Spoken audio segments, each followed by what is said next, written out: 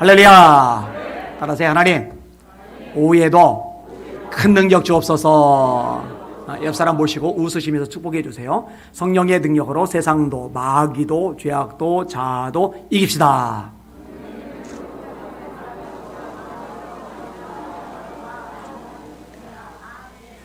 성경에 보면요, 하나님께서 성령님을 통해서 새 일을 행하세요. 처음에 창조하시는 장면이 창세기 1장 1절에 나옵니다. 태초에 하나님이 천지를 창조하시리라. 땅이 혼돈하고 공함이 흑암이 기품이 있고 하나님의 영은 수면에 운행하시리라. 혼돈, 공허. 여기 이제 성령이 운행하시는 거예요. 하나님이 이르시되 빛이 있으라 하시매 빛이 있었고 그 빛이 하나님의 보시기에 좋았더라. 저녁이 되며 아침이 되니 이는 첫째 날이니라. 둘째 날 궁창 위에 불과 궁창 아래에 불로 나뉘게 하시오. 셋째 육지 한 곳에 모이고 심에는 채소들 나무들 나게 하세요. 넷째 날 해와 달과 별들 일자 연한 징조 사실을 이루게 하세요. 5일째 공중의 새들이 종류대로 바다의 어족들이 종류대로 있게 하세요. 6일째 기는 것 짐승 육축, 그 다음에 흙으로 사람을 빚으시고 그 코에 생기를 불어넣으셔서 생명이 되게 하세요. 이 성령이 작용하시면서 새 일이 일어난 겁니다. 개인에게도 마찬가지입니다. 하나님께서 사무엘을 통해서 사울에게 기름을 부어요. 사무엘에게 사울에게 기름을 부으니까 사울에게 성령이 임하시는데 성령이 임하시니까 새로운 일이 생깁니다. 그러니까 사울이 새 마음을 가지게 되고 새 사람이 됩니다. 내게는 여호와의 영이 크게 임하리니 너도 그들과 함께 예언하라고 변하여 새 사람이 되리라. 이렇게 말씀하시는 거예요. 이건 백성들 전체를 향해서도 마찬가지입니다. 백성들이 타락했어요. 하나님이 심판을 행하셨어요. 열국의 포로로 끌려갔어요. 근데 그들이 회복이 될 것을 에스겔서 36장에 예언을 합니다. 그런데 회복을 하시는데 새롭게 만드시는 작용을 누가 하시느냐? 성령께서 하시는 거예요. 내가 너희를 여러 나라 가운데서 인도하여 내고 여러 민족 가운데서 모아내리고 고국 땅에 들어가서 맑은 물을 너희에게 뿌려서 너희를 정결하게 하되 곧 너희 모든 더러운 곳에서와 모든 우상 숭배에서 너희를 정결하게 할 것이며 또 새 영을 너희 속에 두고 새 마음을 너희에게 주되 너희 육신에서 굳은 마음을 제거하고 부드러운 마음을 줄 것이며 또 새 영을 너희 속에 두어 너희로 내 율례를 행하게 하리니 너희가 내 규례를 지켜 행할지라. 하나님의 영이 임하니까 새로워지는 거예요. 마음에서 굳은 마음이 사라지는 거예요. 여러분, 굳은 마음은 곤란해요. 예수님이 씨 뿌리는 비유를 말씀하시는데 땅바닥은 길가는 굳은 마음이에요. 굳은 마음이에요. 딱딱하니까 씨앗이 뿌리를 내리지 못해요. 새들이 와서 쪼아 먹어요. 이 말씀을 들을 때 깨닫지 못하는 상태를 길가라고 그래요. 그럼 마귀가 그 말씀을 뺏어가는 거예요. 그러면 내 속에 말씀이 남는 게 하나도 없죠. 말씀이 남아야 뿌리를 내리고 싹이 돋고 자라서 열매를 맺는데 이 말씀을 마귀가 빼앗아가 버리니까 결국 나는 남는 게 아무것도 없어져 버려요. 이 굳은 마음이거든요. 그런데 성령께서 임하시면은 이 굳은 마음이 사라지고 부드러운 마음이 임하고 하나님의 율례를 지켜 행할 수 있는 능력도 생겨나는 줄 믿으시기 바랍니다.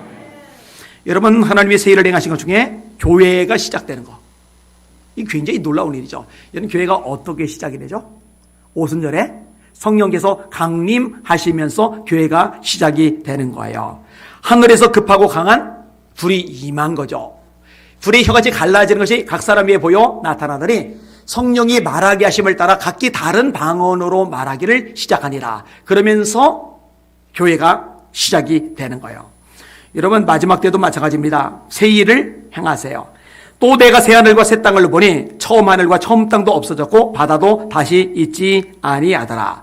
또 내가 보매 거룩한 성 새 예루살렘이 하나님께로부터 하늘에서 내려오니 그 준비된 것이 신부가 남편을 위하여 단장한 것 같더라. 오늘 설교 제목 따라합시다. 새 일을 행하시는 하나님을 바라봐라.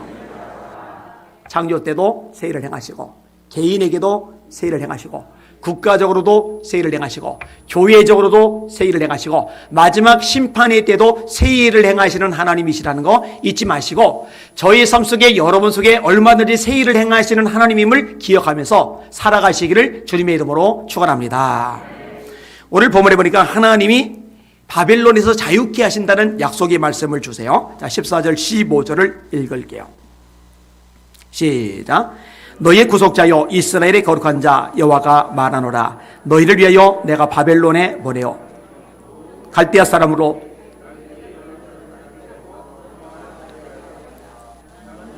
너희의 거룩한 이요 이스라엘의 창조자요 너희의 왕이니라. 아멘. 여기 좀 오류가 난 것 같아요. 자, 바벨론에서 이스라엘 백성들이 포로 생활을 합니다. 이렇게 바벨론에서 포로 생활할 것을 예언했던 선지자가 예레미야죠. 제가 좋아하는 구절이 종종 인용이 되잖아요. 자, 바벨론하고 싸우지 마. 니들은 바벨론에 항복해야 돼. 그리고 바벨론에 끌려가는 게 하나님의 뜻이야. 이러니까 백성들 입장에서 이 예레미야가 미운 거예요. 예레미야가 얼마나 미움을 많이 받는지 몰라요. 여호와여, 주께서 나를 권유하심으로 내가 그 권유를 받아 싸우며 주께서 나보다 강하사 이기셨으므로 내가 조롱거리가 되니 사람마다 종일토록 나를 조롱하나이다. 내가 파멸과 멸망을 선포함으로, 그러니까 평화, 축복, 잘 되는 것, 성공, 돈, 이걸 선포하는 게 아니라 내가 파멸과 멸망을 선포함으로 여호와의 말씀으로 말미암아 내가 종일토록 치욕과 모욕거리가 됨이니이다. 나는 물의 비방과 사방이 두려움을 들었나이다. 그들이 이르기를 고소하라. 우리도 고소하리라며 내 친한 벗들도 다 내가 실족하기를 기다리며 우리가 혹시 그를 이기어 원수를 갖게 되면 우리가 혹시 그를 이기면 우리 원수를 갚자 하나이다. 예레미야가 시달리는 거죠. 근데 예레미야는요, 본인이 예루살렘의 멸망을 원해서 예언한 게 아니에요. 하나님이 그 메시지를 주셨기 때문에 할 수 없이 예언한 거예요. 그럼 그 메시지를 왜 전했느냐? 예레미야 5장에 보니까 하나님이 예루살렘 거리를 돌아다니면서 의의를 행하는 사람 한 사람이라도 있는지 찾아봐라. 내가 한 사람이라도 찾으면 그 사람 때문에 이 성을 용서해 주겠다. 그러면 이제 심각한 거죠. 의의를 행하는 사람이 예루살렘 성에 한 명도 없었던 거예요. 하나님은 공의의 하나님이에요. 사랑의 하나님과 동시에 거룩하신 분이에요. 그 심판을 행하실 수밖에 없는 거예요. 그래서 예레미야를 보내셔서 파멸과 멸망을 선포하신 거거든요. 근데 백성들은 이 파멸과 멸망의 메시지를 들으면서 회개를 해야 되는데 회개를 하는 게 아니라 듣기 싫은 소리를 한다고 예레미야를 미워하는 거예요. 조롱, 치욕, 모욕, 비방, 심지어 때려요. 구덩이에 밀어 던져요. 시위대 뜰에 가둬요. 왕따를 시켜요. 이게 사람들의 반응이었어요. 자, 그런데 예레미야가요, 역시 하나님의 말씀을 받으니 또 예언을 해요. 바벨론에서 70년이 차면 내가 너희를 돌보고 나의 선한 말을 너희에게 성취하게 하여 너희를 이 땅으로 돌아오게 하리라. 바벨론에 끌려가지만 거기서 이 땅 예루살렘에 돌아오게 하리라. 너희를 향한 나의 계획을 내가 안 하니 평안이요 재앙이 아니리라. 이렇게 말씀하셨거든요. 근데 오늘 본문에 그 말씀이 이루어지는 대목이 나오는 거예요. 바벨론에 보내어 갈대 사람들이 도망가게 만들고 너희들은 이 땅에 돌아오게 해주겠다. 이렇게 하나님이 약속을 하시는 거예요. 자, 그럼 이런 일들이 어떻게 가능해졌느냐? 유대라는 작은 나라 사람들이 독립운동을 펼쳐가지고 게릴라전을 펼쳐가지고 그래서 도망쳐 나온 것이 아니라 하나님이 세계 역사를 움직이신 거예요. 애초에 느부갓네살 왕이 꿈을 꿨을 때 다니엘 선지자가 그 꿈을 해석을 해줍니다. 꿈을 꾸어놓고 꿈 내용을 잃어버렸어요. 그래놓고 신하들을 잡아요. 꿈을 해석해 내라고. 신하들이 말해요. 꿈 내용을 알려주시면 해석하겠다고. 헛소리하지 마. 꿈도 찾아내고 해석도 해. 이 말도 안 되는 얘기를 해요. 이래 다니엘과 3명의 친구들이 기도하다가 하나님의 계시를 통해 그 꿈 내용을 직접 보게 됩니다. 거대한 신상이었어요. 머리는 금, 가슴과 팔은 은, 배와 넓적다리는 동, 이 종아리는 철, 발은 철과 흙이 섞였어요. 근데 사람의 손으로 뜨이지 않은 돌멩이 하나가 다루더니 신상을 때리는데 이깟 작은 돌 하나에 거대한 신상이 와르르 가루로 부서져 내려요. 그리고 이 죽은 돌멩이였는데 이 돌멩이가 마치 살아있는 생물이라도 되는지 점점 커지더니 이 돌멩이가 온 세상에 가득해지는 환상. 이 꿈, 이 내용을 느부갓네살 왕이 본 거예요. 그리고 이 다니엘이 하나님의 지혜를 가지고 이 꿈을 해석을 해 나가는 거예요. 이 바벨론이 금머리, 그 다음에 이 바벨론을 멸망시킨 나라가 페르시아, 이 페르시아를 멸망시킬 나라가 헬라, 헬라를 멸망시킬 나라가 로마 위에 연합된 나라가 형성이 되고 이 마지막 때 연합된 나라를 완전히 때려 부시는 나라가 예수 그리스도의 나라, 하나님의 나라입니다. 할렐루야. 그러니까 느부갓네살 왕부터 시작해서 바벨론, 페르시아, 헬라, 로마, 마지막 연합된 나라, 그 다음에 최후의 하나님의 나라까지 전체적인 흐름을 보고 알리도록 계시를 해 주신 거거든요. 그러니까 하나님 편에서 볼 때는 바빌론이 거대하거나 말거나 의미가 없는 거예요. 느부갓네살이 권력이 있거나 없거나 가치가 없는 거예요. 하나님 편에서는 아무리 거대하고 대단한 제국이라 해도 황제라 해도 장깃돌 바둑돌에 불과한 거예요. 하나님이 마음대로 옮기시면 옮겨지는 거예요. 높이시면 높여지는 거예요. 낮추시면 낮춰지는 거예요. 실제로 하나님이 메데파사 연합군을 통해 바벨론을 때려 부시고 이 페르시아의 황제인 고레스를 통해 칙령을 내리세요. 그 칙령의 내용이 에스라 에스라 첫 장, 역대하 마지막 장에 나옵니다. 이게 유명한 고레스 칙령이에요.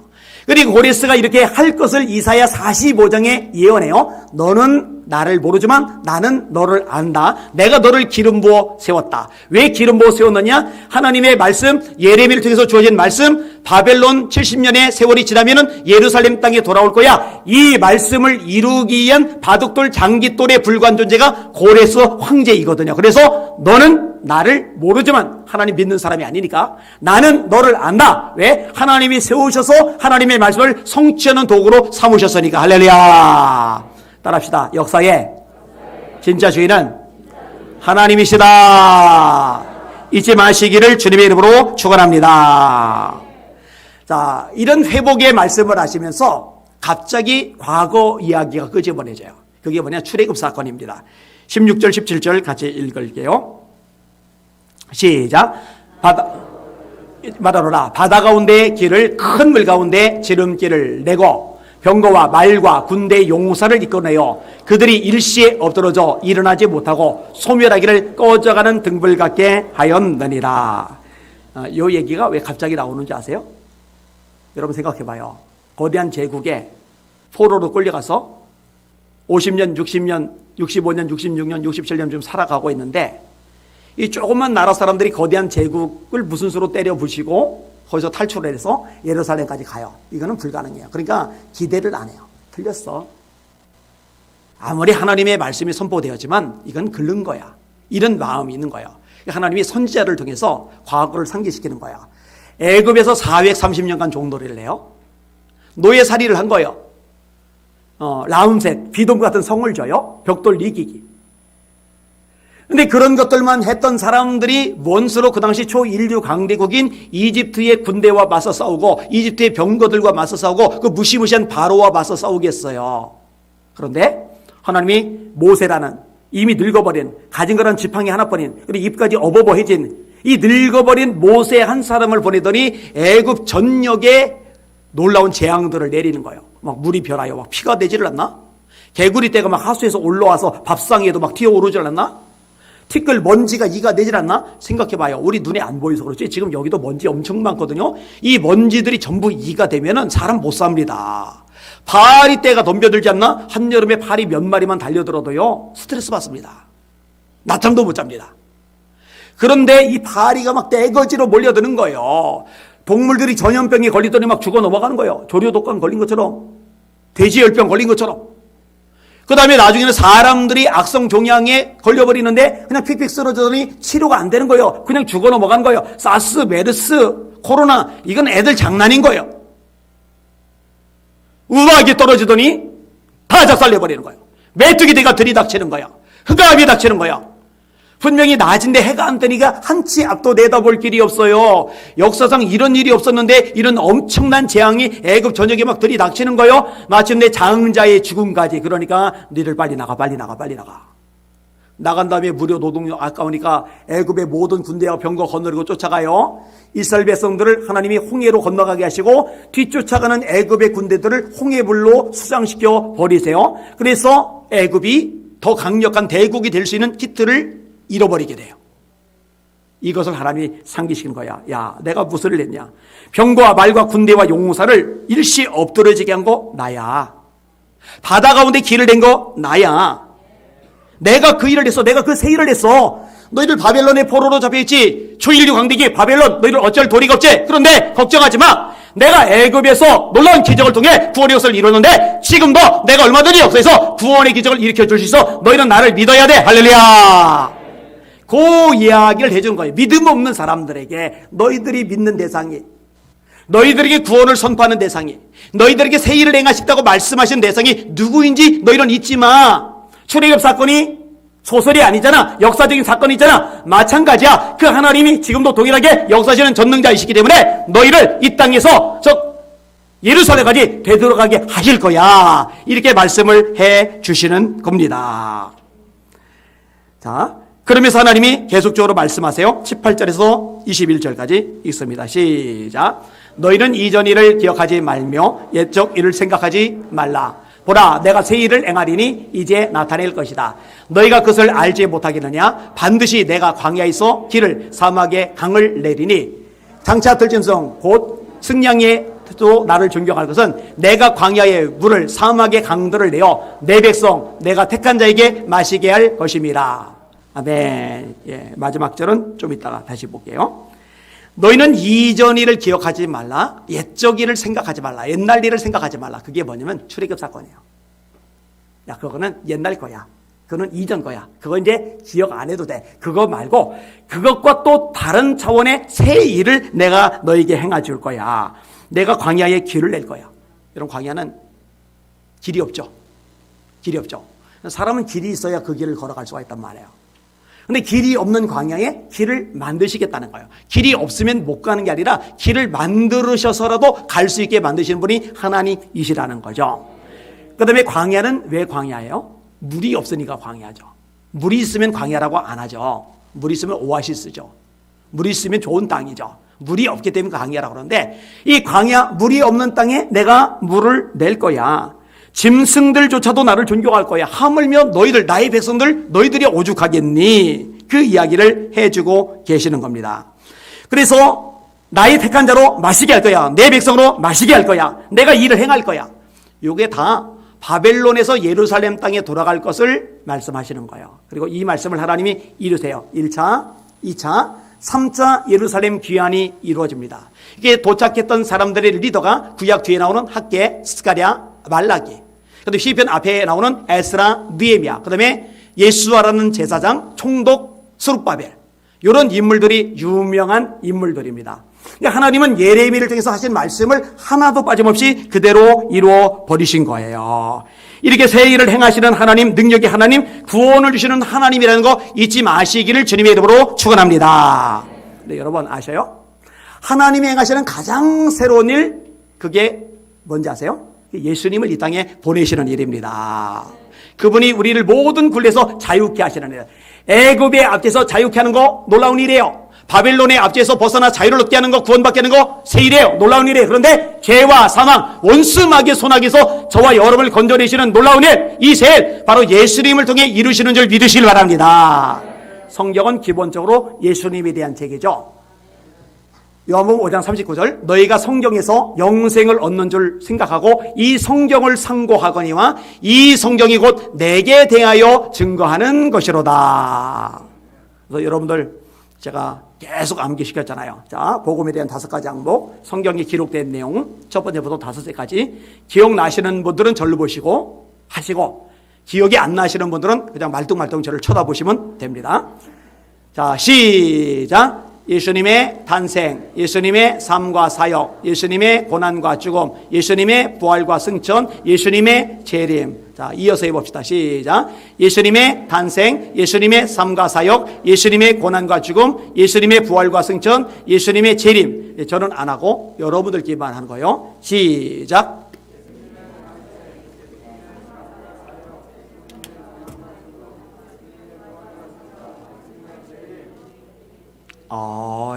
이게 가르치는 보람이 있어요, 이게.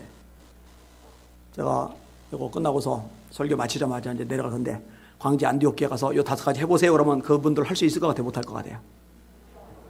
못합니다. 암기 시킨 적이 없기 때문에. 이건 어디 가도 못합니다. 여러분들에게 새겨 들었으니까 하죠. 자, 이 모든 것들이 어쩌다 우연히 발생한 게 아니라 하나님의 새 일이었어요. 하나님의 계획 속에 이미 다 들어가 있어요. 예수님이 여자의 후손으로 태어날 것 어디에 예언되어 있어요? 창세기 3장 15절, 내가 너로 여자와 원수가 되게 하고 너희 후손은 여자의 후손과 원수가 되게 하리니 너는 그 발꿈치를 상하게 할 것이요 여자의 후손은 네 머리를 상하게 할 것이다.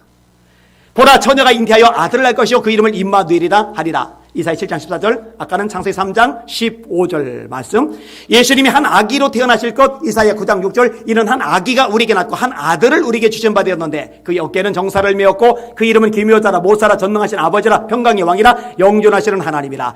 예수님이 나귀 타고 예루살렘에 입성하실 것, 스가랴 9장 9절, 그는 겸손하여 멍에게 매는 짐승의 새끼 곧 나귀 새끼를 다투다. 예수님이 갈릴리에서 주로 사역하실 것, 주님께서 이것도 예언하셨죠. 요단 저쪽 이방의 갈릴리를 영화롭게 하셨느니라. 은 가지고 팔아먹을 것도 예언이 되어 있어요. 부활도 예언되었어요. 그게 거룩한 자로 썩지 않게 하실 것입니다.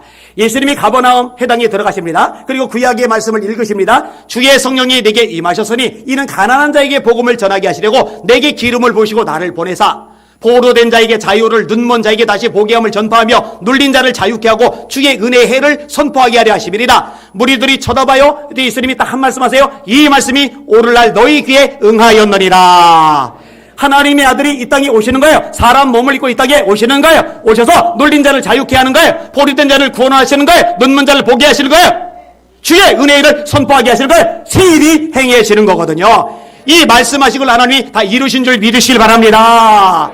이제 마지막 남은 세일이 있다면 예수님 다시 오십니다.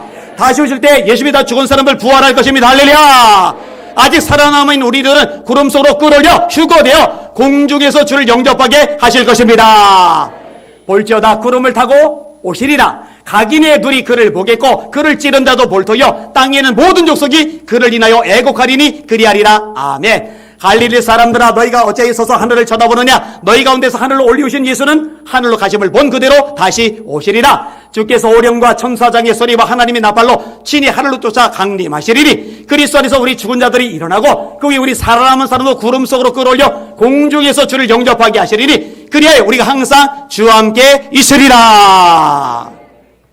그러니 태초부터 역사의 모든 과정 마지막 종말까지 하나님의 손에 있을 뿐만 아니라 그 하나님이 당신의 백성인 저와 여러분을 위하여 늘 세일을 행하시는 분이기 때문에 세상만 보고 환경만 보고 역사만 보고 정치만 보고 문화만 보고 경제만 보고 삶의 처지만 보고 장애만만 보고 문제만 보고 낙담하지 마시고 세일을 행하시는 하나님을 바라보시고 소망을 가지시는 여러분들 되시기를 예수님의 이름으로 축원합니다. 그게 산 믿음이죠. 우리에게 이렇게 좋은 아버지가 계신 거예요. 세일을 행하시는 아버지. 이야기 하나 할게요. 한 아이가 태어났는데 태어날 때 이 탯줄이 목을 감아버린 거예요. 참 안쓰럽죠. 이 탯줄이 목을 감으면 어떤 문제가 생겨요? 산소 공급이 머리에 안 돼요. 그리고 산소 공급이 안 되면은 여기에 이상이 생겨요. 아니나 다를까 애가 뇌성마비, 경련성 전신마비로 혼자 못 움직여요. 말도 못해요. 태어난 지 8개월쯤 됐을 무렵에 의사가 말합니다. 아기 포기하세요. 이 아이는 못 삽니다, 앞으로. 근데 아버지가 참 대단해요. 나는 포기 안 합니다. 이 아이는 내 소중한 아들입니다. 이 아들 나는 사랑으로 보살피고 키워 나갈 겁니다. 그리고 열심히 사랑하며 키워 나가요. 세월이 좀 흘러요. 아들이 말은 못 하는데 컴퓨터로 해가지고 이게 조금 이렇게 끄적끄적 해가지고 겨우 아버지를 쳐요. 겨우 어머니를 쳐요. 엄마 입장에서, 아빠 입장에서 가슴에 멍이 들죠. 아빠, 엄마 소리 얼마나 듣기 싶겠어요. 그죠? 아이가 이렇게 움직이는 거 얼마나 한번 보고 싶겠어요. 한번 자기 발로 걷는 거 한번 얼마나 보고 싶겠어요. 그게 안 돼요. 근데 이 단어를 간단하게 쓰다가 어느 날 처음으로 자기 감정을 표현합니다. 그 표현이 뭔지 아세요? 달리고 싶어요. 누워 지내는데, 휠체어 타고 이동하는데 달리고 싶어요. 이 말을 듣는 아버지가 바로 직장을 그만둬요. 그리고 아들이 탄 휠체어를 뒤에서 잡고 달리기 시작을 해요. 이렇게 아버지의 달리기가 시작이 됩니다. 이렇게 마라톤을 시작한 지가 4년이 지나요. 근데 아들이 철인 3종 경기에 출전하고 싶대요. 철인 3종 경기 아세요? 달리기만 하는 게 아니죠. 수영을 해야 돼요. 자전거를 타야 돼요. 근데 덩치는 커졌는데 이 팔다리가 움직여지지 않는 아이를 데리고 먼수로 물을 건너가고 먼수로 자전거를 타고 이동을 해요. 게다가 이 아버지는 수영을 원래 못해요. 자전거를 6살 이후로는 타본 적이 없었대요. 그러니까 주변 사람들이 말해요. 이건 불가능한 일이야. 이건 미친 짓이야. 그 미친 짓이 오히려 아이를 더 절망하게 만들 거야. 그런데 아버지가 아들의 평생 소원, 달리고 싶대서 휠체어 끌고 탔고 달렸는데 이 철인 경기 한번 참석해 보시다 이 소원을 들어고 싶어요. 그래서요 수영을 배우기 시작해요. 자전거를 배우기 시작해요. 철인 3종 경기에 참가합니다. 허리에 고무밴드 묶고 3.9km 바다를 수영합니다. 아들은 수영을 할 수 없으니까 보트에 타고 줄로 연결하고 아버지 보면은 그 끈이 연결되고 아버지가 수영해서 그 보트를 끌고서 건너가는 거예요. 자전거도 마찬가지죠. 그리고 42.19km 달리기도 마찬가지죠. 이거는 기적 같은 일이에요. 일찍이 없었던 정말 새 일이었어요.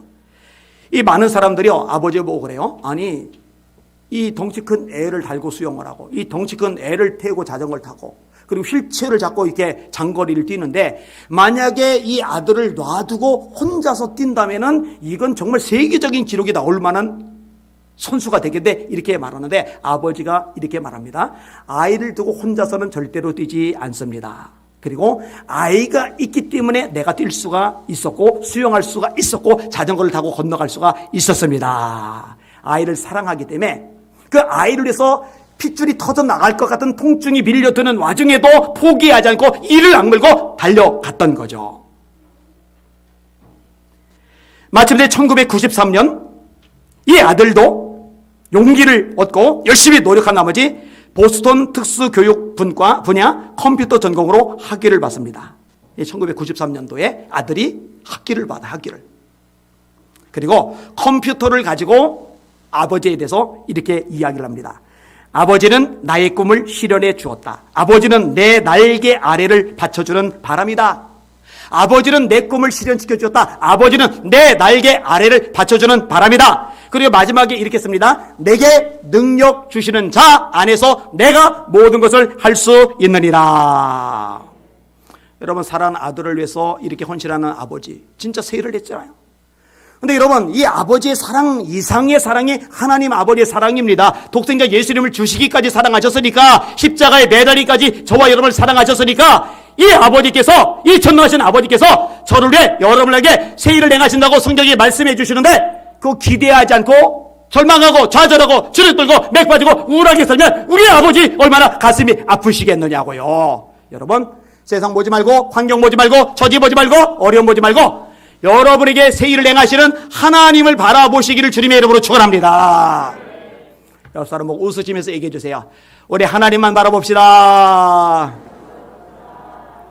마지막 따라합시다. 새 일을 행하시는 하나님을 바라보라.